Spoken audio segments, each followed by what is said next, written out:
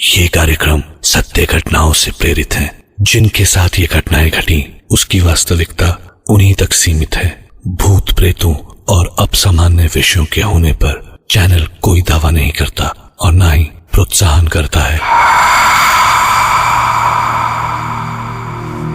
रूहों और जिन्नातों की अपनी एक अलग दुनिया होती है, पर कभी कभी वो हमसे टकरा जाते हैं।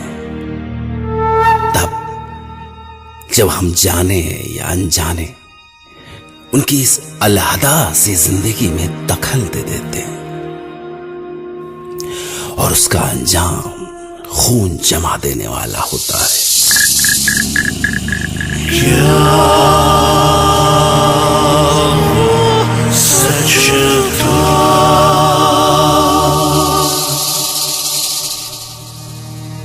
मैं डॉक्टर नागर आज आपके सामने कुछ ऐसी ही कहानी लेकर आया हूं। यह कहानी मेरे एक खास दोस्त फरमान की आंखों के सामने घटी। तो चलिए उन्हीं से सुनते हैं उनकी ये आप बीती। जब मैं छोटा था ना, तब मेरे घर में सब मुझे राजा के नाम से बुलाया करते थे। हमारी फैमिली सहारनपुर में रहा करती थी, पर अक्सर गर्मियों की लंबी छुट्टियों में हम हमारी फैमिली के साथ अपने रिश्तेदारों के पास सरसावा चली जाया करते थे। बस वहां पहुंचने के बाद तो हमारा एक ही काम हुआ करता था, सुबह सुबह बैट बॉल लो, निकल जाओ, जम कर क्रिकेट खेलो और फिर दोपहर को खाना खाने के लिए घर लौट आओ। उस दिन भी मैं अपने दोस्त बबलू के साथ निकल पड़ा। मैदान के रास्ते में काफी लंबा यूकेलिप्टस जंगल का एक बहुत बड़ा स्ट्रेच पड़ा करता था। इन्हीं घने पेड़ों के बीच में एक जगह पे गांव वालों का कब्रिस्तान हुआ करता था। वहां सारी कब्रें कच्ची थी, यानी छोटे छोटे टीले जैसी, जिसके बारे में लोग कई तरह तरह की बातें किया करते थे। नेचुरली हमें भी इस कब्रिस्तान से दूर ही रहने के इंस्ट्रक्शंस थे, पर बचपन की मस्ती में बड़े बूढ़ों की बातें कहां समझ में आती है यार। इसलिए शॉर्टकट लेकर हम कब्रिस्तान के बीच में से ही जाया करते थे। उस दोपहर भी हम लोग और दिनों की तरह खेल के उधर से ही लौट रहे थे। जून की दोपहर थी और हवाएं और उनसे उड़ती सूखी पत्तियां अजीब सी आवाजें कर रही थी।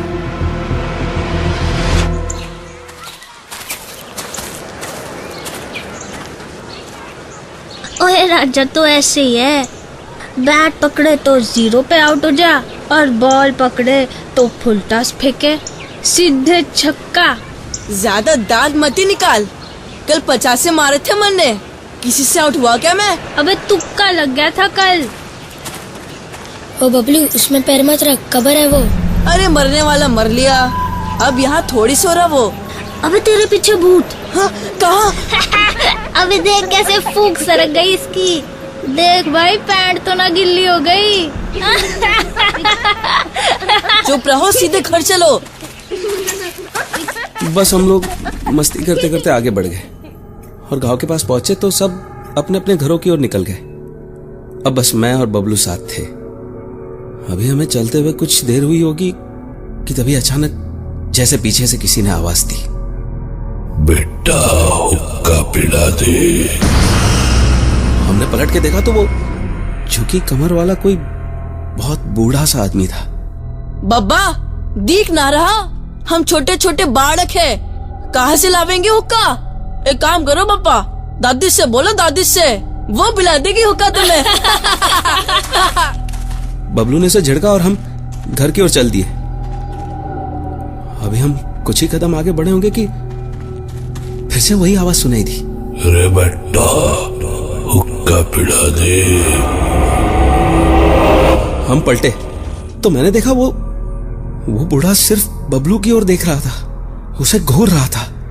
जिस तरह वो उसे देख रहा था मुझे डर लगने लगा। मैंने बबलू से कहा, ओए बबलू, तेज चल, मेरे को ना कुछ गड़बड़ लग रही। और फिर हम तेजी से एयरफोर्स की फेंसिंग के नीचे से घुस के गांव की ओर बढ़ गए। पर एक बार फिर से वही आवाज, बेटे हुक्का पिला दे। इस बार तो मेरा बदन ठंडा हो गया। इतना बूढ़ा आदमी जिसकी कमर झुकी हुई है इतनी आसानी से फेंस पार करके कैसे आ गया?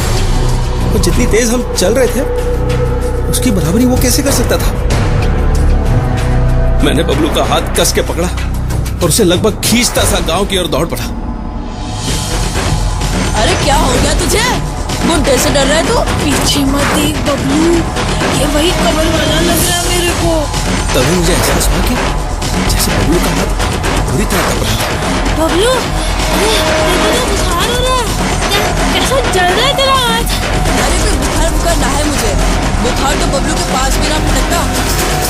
बबलू चाहे ऊपर से कुछ भी नहीं बोल रहा था, पर अब तक वो खुद भी बहुत डर चुका था। मैं जानता था कि वो जो भी है मेरा नहीं बबलू का पीछा कर रहा है, क्योंकि वो सिर्फ बबलू को ही घूर रहा था। मैंने बबलू का बुखार से तपता हुआ हाथ और कस के पकड़ लिया और तय कर लिया कि कुछ भी हो जाए मैं बबलू का हाथ किसी कीमत पर नहीं छोड़ूंगा। और हम घर की ओर लगभग भाग ही रहे थे, पर अभी भी वो आवाज हमारा पीछा छोड़ने को तैयार नहीं थी।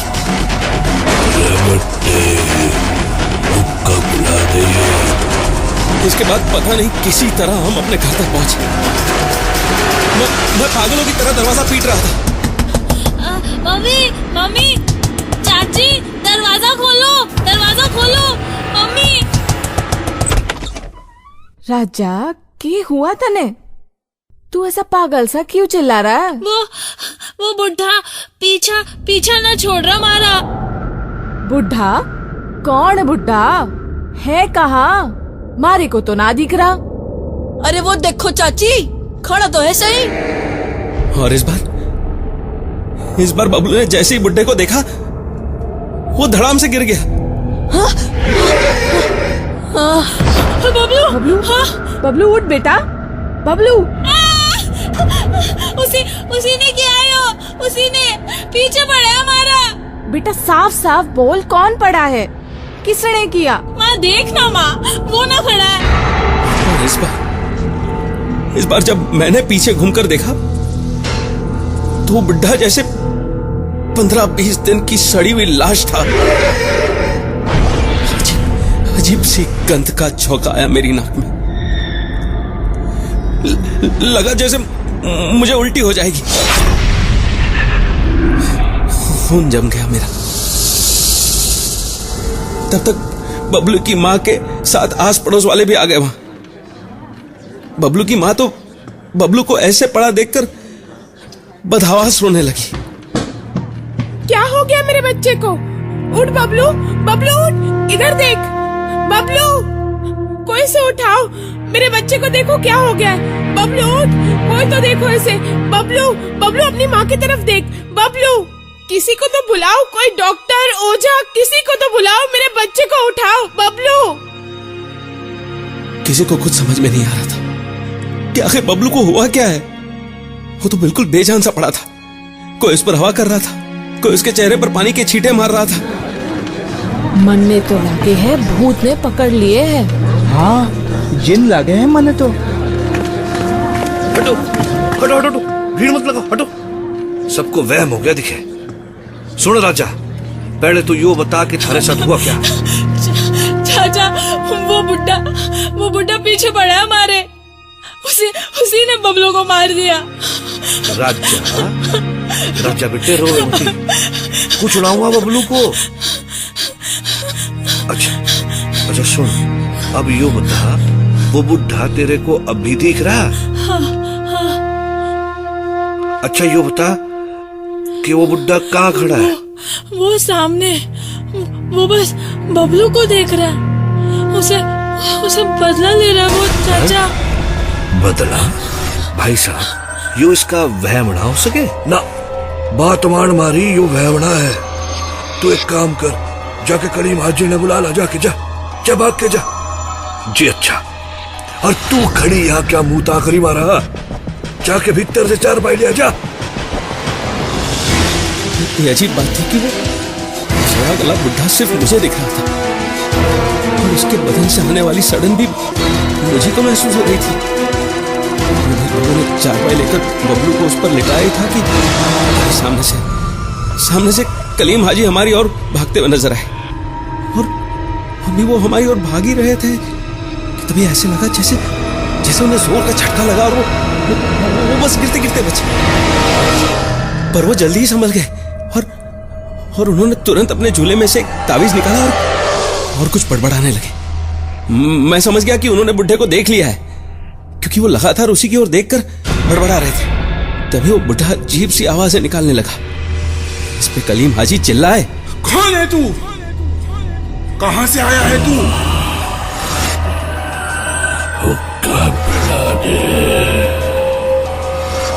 मेरी बात का जवाब नहीं देता, यहीं गाड़ दूंगा तुझे। बोल, कहां से आया है तू? कब्रिस्तान से। तू यहाँ क्या कर रहा है? बच्चे के पीछे पड़ा है? इसने मेरी कब्र पे पैर रखा था, हक जताया था इसने जमीन पे। इसने उसी जमीन पे भेजूंगा मैं,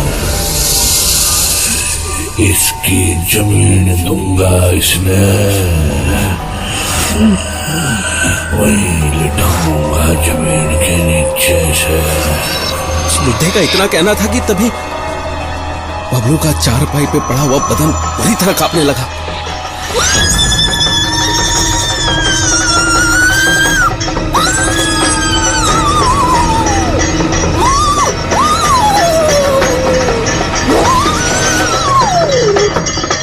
और तभी कलीम हाजी ने जोर जोर से चैंटिंग शुरू कर दी। जैसे जैसे वो बड़बड़ाते जा रहे थे, बुढ़ा गुस्से से जानवरों सी आवाजें निकालने लगा।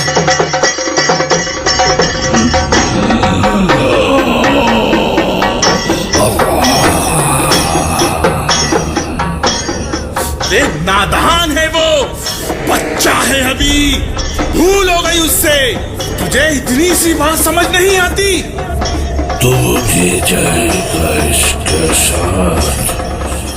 तू मुझे मारेगा? मुझे मार सके तो मार, पर बच्चे का पीछा छोड़ दे, छोड़।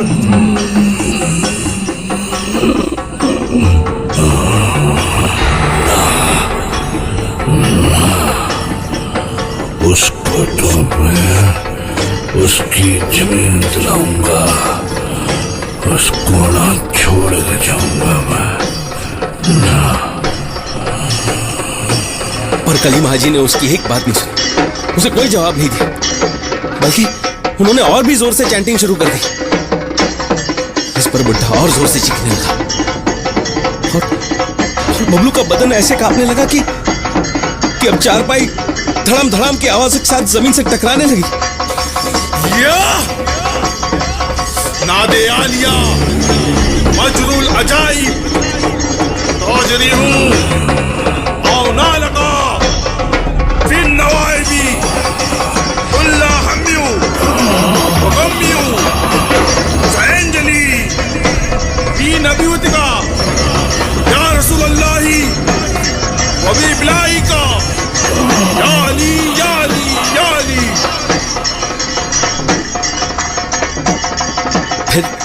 फिर कलीम हाजी वैसे ही बड़बड़ाते हुए उसकी ओर बढ़े और उन्होंने उसकी ओर फूंका।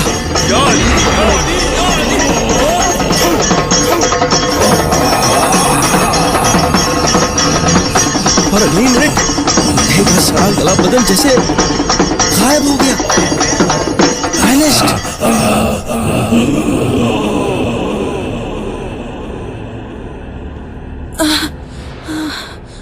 और तभी बबलू का कांपना भी बंद हो गया और वो दर्द से कराने लगा। मम्मी, माँ। ओ हाजी चाचा, चला गया कि था कौन वो? चला गया वो, पर आज के बाद कोई मत जाना वहां। बहुत बुरी रूह है वो, जिन्नात की ताकत है उसमें, वो कुछ भी कर सकता है, कुछ भी कर सकता है। कोई मत जाना वहां, बिल्कुल मत जाना। या अली। तब तो सब कुछ नॉर्मल हो गया, पर उसके बाद मैं कई दिनों तक बुखार में पड़ा रहा। शायद डर गया था मैं, और उसी डर ने इस वाक्य को हमेशा के लिए मेरे दिमाग में छाप दिया। बबलू से अनजाने ही सही, पर वो भारी भूल हो गई थी जिसने उसकी जिंदगी को खतरे में डाल दिया था। बाय द वे, आपके पास वक्त है एक दिन का। जब तक मैं एक नई कहानी लेकर लौटूंगा, तब तक आप सोचिए इस रहस्य को कि बबलू के साथ दरअसल जो हुआ, क्या वो सच था?